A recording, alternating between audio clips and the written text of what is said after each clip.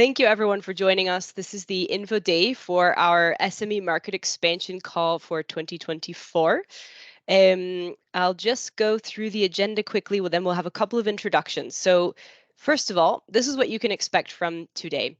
We will go through and present the overview of the call. This will be some information about the scope of the call, who can apply, the timelines. We'll get a bit more into the types of projects we're looking for after that, the different challenge areas that you can submit to within the scope of this call. After that, we'll go through in some detail the application process. So the different types of questions we'll be asking, the tool you can use. We'll give some information about the budget, expectations for the end client letter we'll be asking you to submit as an applicant. We'll also tell you a bit about the evaluation process, just what to expect there, what are the different stages that we have. And then finally, just to give a kind of heads up for the projects that will be funded, we'll go through some of the basics about what you can expect if you're selected as a funded project. That's things about the financial sustainability, deliverables, timelines, that kind of thing. So that part of today, we're expecting to last about 1 hour. So we should wrap up around 12 with that content. And then at the end, we'll have time for a Q&A, okay? So there should be plenty of time for you to ask questions. The way this is going to work is that there's a Q&A feature here built into Teams. So anytime throughout the call, if you have a question, feel free to type it into the Q&A feature. And also at the end of the call, type your questions into the Q&A feature, and then we will answer your questions live using that feature. So that's how the day will work. We'll just do some introductions now. So I'm Taylor Sawyer. I'm from our innovation team, innovation officer, working on this call. And I have a couple of colleagues here who you will see in a moment who will also present. So I have my colleague Jan, also from our innovation team, who will go through the call overview and the call scope. And also my colleague Isabel, who's from the project management office, and she will explain a bit later about the deliverables and the membership section of the presentation. And then before we get into the content, I also would like to just first introduce our Director of Innovation and Strategic Alliances, Gareth, who is going to give us a little intro and a welcome. So without further ado, I'll send it to you, Gareth. Hello. So I am very happy that we have moved from a pilot last year to a solid program that's been adopted that we'll be able to do over multiple years. So this is now the SME Market Expansion Call. Sorry, get that right. So from our side, we love this. It's one of my favorite times of the year. I love Halloween, I love Christmas, but I'm adding to that this call. And I have to tell you the truth why, because I have for 25 years, I know I look quite young, read projects submitted to European programs and private programs from large companies like HP and Cisco. The quality that we got last year submitted, the focus, the commercial intent, it was so good to read. Okay, so it compares so favorably. It's a lump sum proposal to one company that wants to take their solution to a new market or to give an existing client a new product. And the quality, the ease of the read, you can see the business focus. You can see that you've got something to give, and it's a joy for me to read those. Honestly, we see lots of great talent and capacity, and to have an easy, lightweight program is what we're trying to do to help you. Okay, so listen up for the team today, and any questions, we'll be here to answer them later. So thank you, Taylor. Great. Thank you so much for that introduction, Gareth. So I'll just hand it now to my colleague Jan to go over some of the call basics and the call scope. Thank you very much, Taylor, for the introduction, as well as Gareth. We're very excited today to kick off the info day of the SME Market Expansion Call. And the focus of the second edition of the Market Expansion Call, that's what we're going to have a look at now. It's actually on products and services from startups and SMEs that are able to support and give value to key providers within the urban mobility ecosystem. So The primary focus of the call is on two of the EIT Urban Mobility strategic objectives. The first one is to deploy and scale green, safe, and inclusive mobility solutions for people and goods. And the second one focuses on the acceleration of market opportunities with an agile innovation approach. And this is what the call focuses on. It means that products and services eligible for this call should be relevant to stakeholders, such as city authorities, passenger transport operators, logistics and mobility providers, energy companies, police, or security services, to name a few examples. A wide range of stakeholders within the urban mobility ecosystem. On the next slide, what we're seeing is the type of solution developed by SMEs that are eligible for the SME Market Expansion Call. First, if you plan to develop a new product, service, solution for existing client, in this case, this would be eligible. The second option, or you can combine both, is if you're seeking to significantly improve an existing product, service, or solution for expansion or in a new sector, a new business sector, or a new geographic area. Now, on the next slide, what we're seeing is who can apply. So startups and SMEs registered not more than 10 years ago from the official closing date of the call, which is the 19th of February, can apply. You should be registered in an EU member state or a third country associated to Horizon Europe. This includes the UK. There is also a special case for Swiss entities, as you can see on the call text. So in duly justified cases, such as the innovativeness of the product or the clear benefit for the EU market, entities established in Switzerland are eligible to participate and receive the EIT funding allocation for this call. You should have a minimum of 3 full-time employees, an existing track record of product development, innovation, and sales that increase revenue and turnover, or be a spin-out of an entity that has a track record and commit to ongoing support. For example, if the backer is a university, then there must be a multi-year commitment from the research or commercial department. Now, on the next slides, what we're seeing is the key dates. So the call opening was last week on the 21st of November. Today is the info day, and we're really happy to be here today with all of you. And the call will close on the 19th of February. So you have time. We made the call longer this year as there is the Christmas break in between and everyone is usually busy at this period. And the evaluation process will be in March and April 2024. Then the solution development phase for all SMEs will start from June 2024 until December. We'll come back to this in more details later with Taylor and Isabel. So now in the next slide, what we're seeing is the call budget. So there is a total of 714,000 euros of estimated EIT funding to this call. 12 SMEs are to be funded with 59,500 euros per project. Now we are going to dive into the call scope and it's more especially the challenge areas. So we at EIT Urban Mobility, we work with challenge areas. We have 3 that we identified that we're going to work with as part of this call. The first one is sustainable city logistics.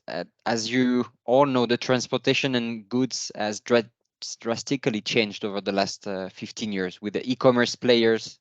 I won't name anyone who disrupted and the shopping and delivery market in Europe. And the one more time record-breaking numbers of the Black Friday last week confirmed this tendency. What we've seen is a massive expansion and take-up of city logistics services requirements. And this challenge area focuses on transportation of goods, parcel delivery, delivery of building materials to construction sites, domestic and commercial waste disposal, such as restaurants, for example. One example I can give from one of the 2023 projects of the SME Market Expansion Call is one of the projects that was focusing on the creation of a software solution to optimize freight management and provide real-time tracking and analytics for concrete logistics in cities in Poland. We're very interested to look at this topical issue in this challenge area, notably as various cities have the focus to bring the CO2 emissions of urban freight logistic and last mile delivery to 0 by 2030. So we would consider a wide variety of topics in this area, such as new vehicles, procurement, purchasing models, consolidation hubs, software solutions for optimizing freight, but also loading or unloading solutions for freight in cities. The next challenge area that we have as part of the call is mobility and energy. So more than 40 million electric vehicles are forecasted to hit the road by 2030 in Europe. Countries, cities, energy providers need to get ready for this, and we're supporting this. So the challenge area focuses on charging infrastructure, rapid rollout of solutions with lower energy consumption, solutions that manage assets more efficiently, also solutions that ease the use of zero emission vehicles such as hydrogen, for example, hybridization, new business models for charging solutions, for example, price transparency for EV users could be relevant, and acceleration of allocation of charging and refilling station. One of the additional example I can give is one of the project this year as part of the SME call in Latvia has developed a solution to charge electric vehicles from street lampposts. Moving on to the last challenge area of the SME call, future mobility. So it's about new disruptive services and technologies. We're looking at improving the reliability, accessibility, regularity, and security of mass transit and mobility solutions. So as an SME, you could be working on artificial intelligence, blockchain, 5G connection, IoT, but also machine-to-machine communication, shared micromobility services, autonomous driving such as CCAM or urban air mobility could be included. One example of the projects we had this year is one of the solutions that was developed with the public transport in Vienna for an indoor navigation solution for visually impaired in public transport stations. Great. So these are the three challenge areas that will be considered as eligible for this call. And now, we'll move on to the next topic for this info day, the application process and key points for applicants with my colleague Taylor Sawyer. Taylor, over to you. Great. Thank you so much, Jan, for those slides. So I'll now talk about the application process and highlight some of the key points to keep in mind for applicants. So our application is on a tool that you can see here. It's the awards platform. The link is on the bottom of the slides, so you can find it. And when you go there, this will be the main screen, so you can see what it looks like and know what to expect. If you have submitted an application with us on awards platform before, you shouldn't need to make an account. But if this is new to you, then the first step will be, of course, to register on the platform. This is very simple. It just asks for your name and email, and then I think it will ask you to confirm your email. Pretty standard registration. So once you get into the tool, you will then encounter a dashboard that looks like this. It's very simple, and you can see here that there's this purple button in the center, Start Application. So the first step then is to just go ahead and click Start Application. And when you get there, you'll be presented with this drop-down menu. It says category. This is essentially which call are you applying for. You'll see in this drop-down menu the SME Market Expansion Call for 2024. And then when you select that, it will automatically open your application. So then you will be able to see these tabs. That's the general information, strategic, excellence, impact, implementation, additional attachment. You can download a PDF in case you want to see it in PDF form, but the application all is online through this tool. So the first thing is just to select the call, and then you can put the entry name. That can be the name of your project, the name of your solution.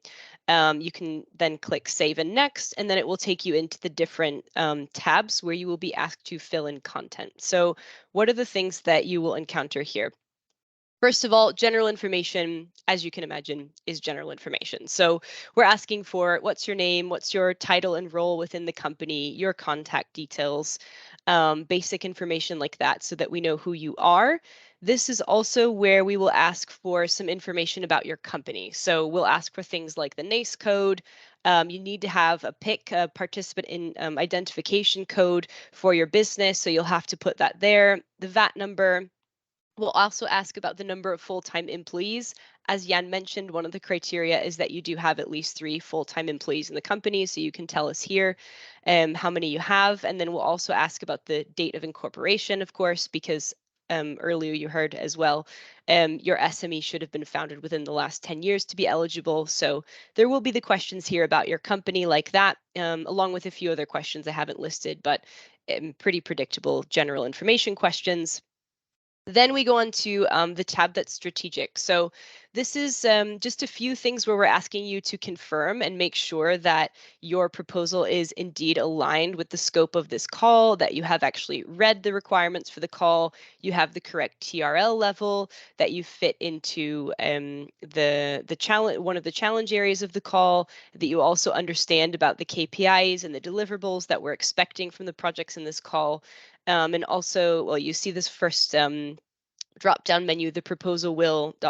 This is asking you to identify if you're going to create a new product or solution for an existing client, or if you're looking to significantly enhance an existing solution to take it to a new market or a new client. Again, that's in reference to what Jan mentioned earlier about the types of proposals that we're looking for. So there's just a few things to kind of tick off here and confirm. And then after that, you will get into these next 3 tabs that are the excellence, impact, and implementation. And these are the sections where we're asking you to submit some text for each of the questions to describe what are you planning to do, how are you going to do it, what is the expected impact, how is it innovative, who are you going to be working with, who is your team, these kinds of things. You can see here that the word count is fairly light. So we're not looking for a huge essay here. We want you to be concise and specific and clear with your answers. And do use the word count, but again, you don't need to, it's not a huge long thing. So these are some of the questions that you'll encounter, for example, in the section on excellence. There's a couple of other things that will come up here in addition to these areas where we're asking you to kind of describe and submit text. And that is, first of all, that we're asking for a letter of support from an end client. So you as an SME, you just apply as yourself, as your company, okay? But you also need to have a letter of support from an end client. It's not a project partner. They're not in the application, as an equal project partner, but they need to submit a letter. So what does this look like? Well, we've provided a template so you can see. If you go to the call webpage, along with the call manual, the call text, you'll also find a Word document that you can download and you can use. I've just put a screenshot here.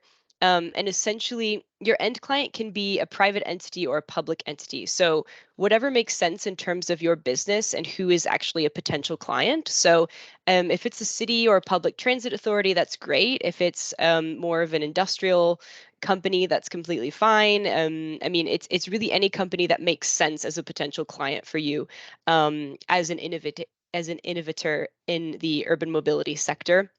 So the scope there is broad.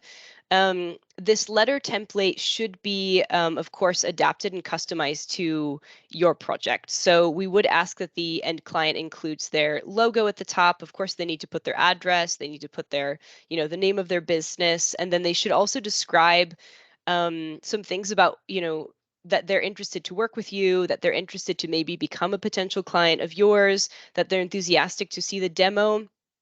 If it's the case that they may need to provide access to some kind of space or some kind of data for you to actually be able to develop your solution, this should also be mentioned here. So we recommend you use the template and feel free to customize as needed so that it fits your project.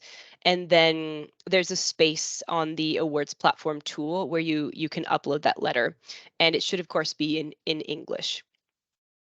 Another thing you'll encounter in that's the section implementation is the budget. So I'll just explain a little bit here how the budget works. So with this call, we consider this an agile innovation call, and that means that we're using something called a lump sum.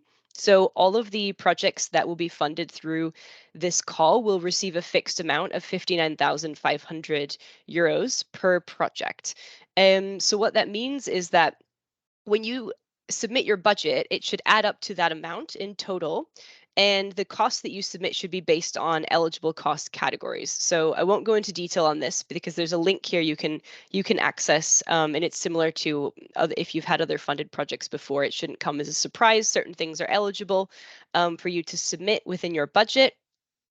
And then we do ask you also to, there will be a text box below the budget. We will ask you to identify where is this budget coming from. So you put the numbers in, but then also we ask you to give some description of which tasks in your work plan link to this budget item, and in a bit of detail so that we understand where the budget is coming from. And then, of course, we are expecting, especially with lump sum, that the costs you propose are reasonable. So don't inflate your costs, don't exaggerate your costs. The evaluators who are looking at your proposals will expect that the costs you're proposing are in line with normal costs and with the activities that you have proposed. So when you're in the application, you will see a table that looks just like this. There will be these 9 cost categories, and then on the right side, you can put the amount. What you see here is just a sample. So you put the amounts based on the budget that makes sense for your project. You don't need to have a cost for every single cost category, of course. You just put the costs where it makes sense for your budget, and then make sure at the end that the total cost is the 59,500 project budget. And then you can just see here the screenshot of that box, the text box that I mentioned, where we ask you to describe in a bit of detail where are these costs coming from. You can break it down a bit in terms of like, okay, we know this hardware has this cost. We know that these people will be working and this is the amount they'll be paid. We know we have, this trip and this is why, and these are the expected costs, just to give a bit of a picture of where the costs are coming from. And then lastly, the final tab is actually this additional attachments, and there we will ask you to just submit a couple of pieces of evidence that show that the costs you're describing actually align with costs you've recently had. So if you've recently purchased some hardware or had a trip or paid an employee or something, you can just attach some kind of invoice or pay slip so that you can show, in fact, that the costs that you're referencing align with the costs that you have within your own context, in your own country, and the costs of certain things. So you can submit a couple of pieces of evidence at the end to just help support the budget that you have proposed. So those are the sections that we're asking for in the application. And now I'm going to explain how the evaluation process works. So once you have submitted your application and we get to the 19th of February, the call application will be closed, and then we have all of the applications that are submitted and we get into an evaluation process. The first phase is that we will, behind the scenes, go through all of the applications that were submitted and make sure that you are in fact eligible, and that we can admit you into the evaluation phases in order to go through the process. So we will be looking at things like, is the application you submitted complete? Did you submit it on time? Are your answers written in English? The mandatory selections are completed. We'll be looking to make sure that things like, okay, you have a PIC number, you've given us the details about your company that we've asked for. We'll also check that end client letter of support. It needs to be attached. It needs to be in English. And then we'll also look through your application and make sure that you have mentioned the required KPIs and deliverables. Some of these things we may offer you, if something is missing, we may offer you a few days to fix something. So you can look in the call for more details. There are cases where if something's missing, we'll send you an email and say, we got your application, something wasn't quite finished. You have a cure period, essentially. In some cases that's possible, but just, when you're submitting your application, make sure you've looked at the eligibility so that you can just go straight through to the evaluation phase and not have any barriers. So what happens then is all of the applications that are eligible and that have gone through our cure period then go on to the evaluation process. So we have 2 phases in the evaluation process. The first is what we call the quality evaluation. This is where we have our evaluators sit down and look at the applications you've submitted on the awards platform. So all of the answers are directly linked to certain pieces of criteria, where the evaluators will objectively give you a score based on the quality of your answer to each of the questions. And then based on that evaluation, you will get a total number of points. And depending on the total number of points, then the top 20 applications that are above a certain threshold will be invited to then move on to the second phase of the evaluation process. So if you score highly enough to move to the second phase of the evaluation process, what's going to happen is a panel hearing. So this is something that will be online. We usually have it on Zoom.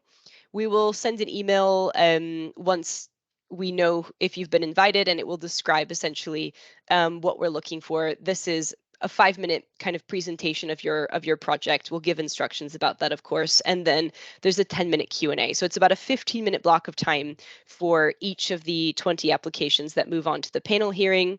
And then the evaluators will, based on that panel hearing, give an additional set of scores based on the criteria that you can see here. And then after that, we'll have the total scores. So it's the first score from the quality evaluation plus the second score from the panel hearing added together. Then we can see who are the top 12 applications in terms of the scoring process that we would like to select for to pre-select for funding for this call. So that's the evaluation process in a nutshell. You can see more details in the call manual if you're curious, and also ask us questions if you want to know more. And then we're moving along the timeline to awarded projects. So we won't get into huge detail here because this is, of course, just relevant if you are selected for funding, but we do like to give you a heads up about what to expect if you're selected for funding in terms of the timeline, the expectations, and that kind of thing. If you are selected, of course, we have a call with you and get into more detail, but this is just to give you a heads up. So this is what to expect if you're selected for funding. The timeline, sometime in May, if you're selected for funding, then we say, okay, we have a series of administrative things we have to do behind the scenes from EIT Urban Mobility. We'll send you some things for signature. We have a kickoff meeting.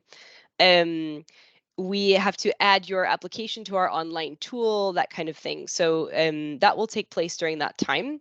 We also, at the beginning of the project, disperse a pre-financing. So that would be 50% of the funding. We release at the beginning of the project. And also in this getting started phase, we have something called the commercial agreement. And I'll just go over this a little bit to give you an idea of what it is.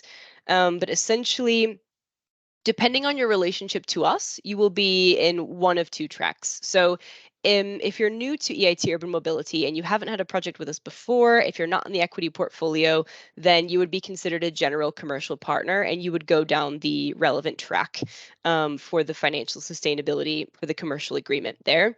If you have been with us before in a past call, or if you're in our equity portfolio, then we would have a different type of discussion with you around the FSM for this call. So depending on whether you're going on the kind of A track or the B track, those discussions will be slightly different. I think I lost a slide, I'm sorry. But in any case, those discussions would be slightly different. So if you're going down track A, then we would basically open a discussion with you around a certain fee in which we're able to support you to commercially expand. And that would be completely dependent on, of course, like our contribution to you and the support that we're giving through this call. And if you are more on the track B, you've worked with us before, then that would be a discussion with our Impact Ventures team to discuss a potential equity investment or signing a SAFE agreement. So we can discuss that more if you're selected for funding. And then going on to the next phase in the timeline. So once we get through the kickoff, things are signed, commercial agreement is signed, the first half of the funding is dispersed, you've signed your FSA and that kind of thing. Then you get into the kind of core of the timeline, which is, of course, when you actually work on your project. So from June to December is what we have for the projects in this SME Market Expansion Call. And that is the time when you are, of course, developing your product service solution. This obviously looks different for every project. It's what you describe in your work plan. And then throughout those months where you're developing your product service solution, we like to have check-ins. So there will be one person from EIT Urban Mobility who's assigned to each of the projects, and then we'll just have a short call. It's usually just a half an hour to say, how's it going? What have you been doing? What are you doing next month? You know, just generally to keep an eye on projects. So it's not a heavy monitoring process, but it's just a way that we keep in touch with you and know what's going on. And also very important during that development phase is that you have a live demonstration or a live demo with your end client who has submitted that letter of support. So what do we mean when we say a live, this is where my lost slide went. Well, we go ahead. What do we mean when we say a live demo with an end client? This depends on your solution, okay? So of course, if you have hardware, if you have software, it's going to look different. If you have something that needs to be tested and then reworked and then tested and then demoed, it's going to look different. So when you're thinking about the live demonstration, when you're preparing your application and you're talking to the end client about how is this going to work, just make sure it's customized to what makes sense for you. I mean, this year we actually saw that one of the demos went from, I mean, it was all of August, September, October, November, and it's just wrapping up now in December. So it was a pretty substantial demo because that's what made sense for them. In other cases, what makes sense is that you spend a lot of time developing your solution. Maybe you have a one-day test in August, you have a one-day test in October, and then in November you have, you know, a 2-week demo or something like that. So you can kind of create this in the way that makes sense for your project, but it is very important that the end client involved with you for this project is available to actually see what you've designed, to test, to give feedback, and that you actually get to have a real demo of the solution, not just develop it. And then this brings us to the end of the timeline. So when we get to November, December, there are some final steps that we have to go back to kind of an administration phase. We'll be discussing with you the deliverables that we are looking to have you submit, and also a couple of KPIs that are a part of the deliverables before we before we disperse the final half of the payment. So at this point, I am going to hand it to my colleague Isabel. She's going to go a bit more in depth into what are these deliverables, what are we looking for, just to give you a heads up, because this is something that should be referenced in your application. And if you're selected for funding, it's important that you have this in mind. So Isabel, I'll just send it to you. Great, thank you very much. Yes, as Taylor said, let's talk about the deliverables that will have to be submitted before the final payment and what to expect here. So let's go through to the first deliverable, which is the commercial agreement. So as Taylor already mentioned before, there's the financial sustainability mechanism where you have to sign a commercial agreement. So there will be an initial discussion where someone with decision-making power will have to attend, and here we will explain the financial sustainability mechanism. We will collect information and share the agreement template. This will be held online, and then there will be also follow-up discussions, and then at the end you will agree on the final terms of the contract. This contract will be signed electronically, and then you will have to upload the commercial agreement for this deliverable at the beginning of the project. Going to the next deliverable, which is on branding and communication. So here we will be expecting to receive some evidence that you have correctly implemented the brand and communication requirements. So there are 2 documents that are very important for you. It's the EIT Urban Mobility brand book and the EIT Urban Mobility communication guidelines. They will both be available on the application platform Plaza later on. And it will show how to use the logo, what you have to keep in mind regarding the co-funding statement when you have presentations. And for this deliverable, we will be expecting that you show us that you have used the logo, the co-funding statement correctly. When you have equipment, that it always shows visibly the logo, that it was funded by EIT Urban Mobility. And yes, this will be submitted at the end of the project. And then coming to the third deliverable, it is a technical report on KPIs achieved. So within this project, you will have 2 deliverables two KPIs that you have to achieve. It is the design tested innovation and the marketed innovation. So for this final deliverable, you will have to upload a technical report on the innovation where you will describe the product or the service. There will be also a KPI market innovation template that you can also download on our platform, which you will have to fill out, that will describe the innovation by itself.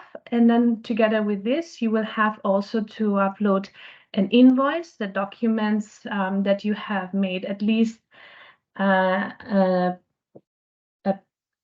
at least have like a purchase of 10,000 euros before the end of the project. So this will be uploaded together with the second deliverable at the end of the project.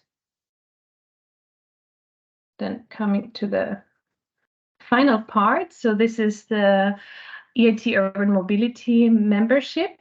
So for applicants that are not yet EIT Urban Mobility partners, or that have not that are not EIT Urban Mobility equity portfolio companies, the applicants will be invited to become EIT Urban Mobility member, and this will require a payment for a reduced annual fee of 2,500.